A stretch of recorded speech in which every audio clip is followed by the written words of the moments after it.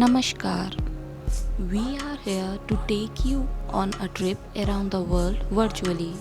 I am from India, and this year India is celebrating its 74th Independence Day. So let's check out some of the historical places which had played important role in Indian freedom struggle.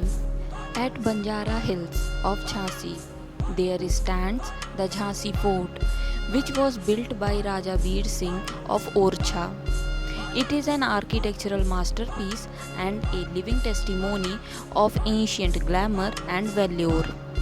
The fort has 10 gates, each having different names. Jhansi is known by its queen's name, Rani Lakshmibai. When India witnessed the revolt of 1857, it was the valiant warrior Rani Lakshmibai who led the Jhansi force against the British East India Company. The fort tells the story of her great queen who sacrificed herself for the love towards her motherland and became a role model for national freedom fighters. In 19th century when Rani Lakshmi Bai left her fort, she came to live in Rani Mahal, which is now a museum which displays a whole lot of memories of Rani Lakshmi Bai. She became an inspiration to many women and still hold the same motivation of being brave and to love your motherland. Fort St. George is situated in Chennai, Tamil Nadu. It was built by British East India Company when company moved its trading station from Masulipattnam to Madras, where permission to build a fort was obtained from Raja of Chandragiri in 1639. St. George Fort was an essential center of power during over 3 centuries of British rule around the region and was also the location of several battles and historical events. In 1746, it was captured briefly by French. Later, on recovery, in 1748, it was rebuilt in large area. The fort was also twice threatened by Hyder Ali, the Sultan of Mysore. This fort holds the distinction of being the beginning of many new traditions in India. It have Clive House, St. Mary Church, India's first Anglican church, and Fort Museum, which was initially the first office of Madras Bank. Built for the British resident during the rule of Nawab Shadat Ali Khan from 1780 to 1800, the Lucknow Residency was originally a large complex of many buildings, including residential quarters, armory, dispensaries, worship places, banquet halls, etc. This place reveals about the great heritage architecture and the high class lifestyle that Britishers lived while ruling India. In late 1700, Lucknow became a hub for all British personnel. Later, as their region grew, Lucknow became the administrative hub for the British and the residency thus became the home of British Commissioner of Awadh. The biggest and the most symbolic event that the residency is known for was the First War of Independence in 1857. The trigger of this revolt began with the Sepoy Mutiny, and one of the main centers of revolt 1857 was Lucknow, and it was the residency that was the target of bullets and cannons that razed the place down. And what is left today still bears the marks of that freedom movement. It has been now declared as protected monument by the Archaeological Survey of India and is under rehab process.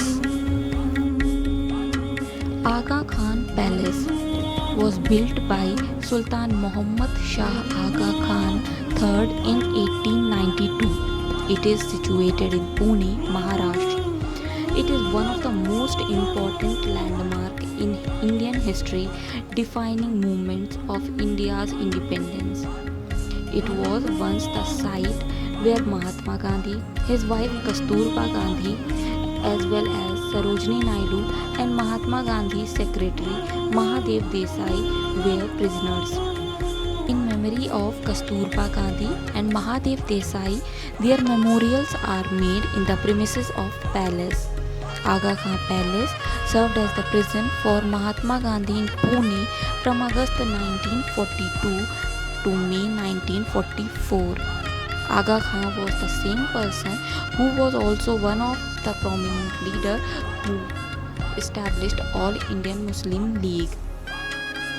A village colonized on bank of sea gained its historic movement in 1930 when Mahatma Gandhi visited Dandi for his salt satyagrah and made everyone alarmed that independence for the country is as important as salt in one's life.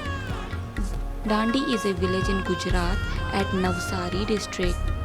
Today, Dandi has been created as a tourist spot to determine the value of salt satyagrah in Indian freedom struggle.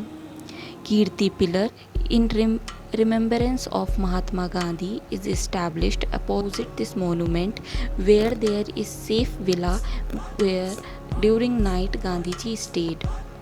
On 30 January 2019, Prime Minister Narendra Modi dedicated the National Salt Satyagrah Memorial at Dandi to the nation.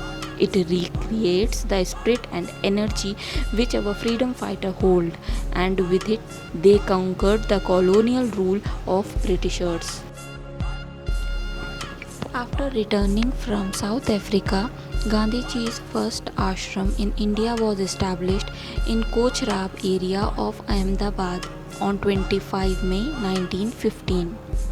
Then on 17 June 1917, the ashram was shifted to an open land near the bank of river Sabarmati, from where it gets its name Sabarmati Ashram, also known as Harijan Ashram, and originally as Satyagraha Ashram, was a home for Gandhiji from 1917 to 1930 and served as one of the main centers of Indian freedom struggle. After many years of independence, the ashram still holds the strength to inspire everyone with the rules of truth, ahimsa, and simplicity. Cellular jail in Andaman and Nicobar tells us about the most hard and harsh life that our freedom fighters have had. Today, it is a tourist spot, but back then, during pre-independence era, it was hell that Britishers created for Indians. Presently, the prison, which is in Port Blair, the capital city of Andaman and Nicobar Island, was known as Kala Pani, translating literally as black waters due to the hardship that prisoners faced here mentally and physically.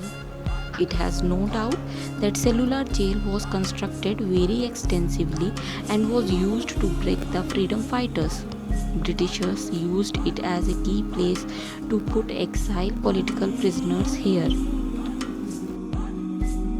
13 April 1919, the most unfortunate Baisakhi of Indian history, in which British troops fired on a large crowd of unarmed Indians in an open space known as Jallianwala Bagh in Amritsar in Punjab, killing hundreds of people. The memorial at Amritsar holds the pain which everyone felt by this incident. This incident left the eyes with tears and hurt with fire and aggression against British rule. Poet Rabindranath Tagore renounced his knighthood in protest of Jallianwala Bagh massacre. Mahatma Gandhi also returned the Kesari-e-Hind Award given by British government for his role in Boer War in South Africa. On 13 March 1940, Udham Singh, a revolutionary of Ghadar party, to avenge the Jallianwala Bagh massacre, assassinated Michael O'Dwyer. Jallianwala Bagh incident itself says the struggle the India have during colonial period and explain the value and price India has paid for its freedom. National Martyrs Memorial at Firozpur district of Punjab depicts revolutionary spirit of three national martyrs, namely Shaheed Bhagat Singh, Rajguru and Sukhdev, who smilingly accepted capital punishment to claim Indians' right on freedom. These brave heroes were hanged in Central Jail Lahore on 23rd March 1931. It is situated at the border of India and Pakistan. A daily flag lowering ceremony is also held here jointly by Indian and Pakistan armed forces. The young blood joined the freedom struggle and were determined in their goal till their last breath. An inspiration to many that the love for your country is always supreme. The ancestral house of Subhash Chandra Bose at Kolkata, West Bengal is a place of national pilgrimage. On 23rd January 1947, Netaji dedicated his house to the nation. At present, it is named as Netaji Museum, and in 1961 Netaji Research Bureau was established which work on Netaji's life and his teachings. The museum holds a journey of Netaji's life from being Subhash to becoming Netaji. The role the army plays in a nation's security is uncomparable and undefined. An Indian army always starts its journey with a name that is Netaji. Netaji always remembered as a person with intellectual mindset and mysterious personality. Recently, when government decided to put a lockdown and we were locked in our houses, we came to know what it means to live freely without foundations. The freedom fighters dissolved each and every lit of their present so that the nation could have a bright future.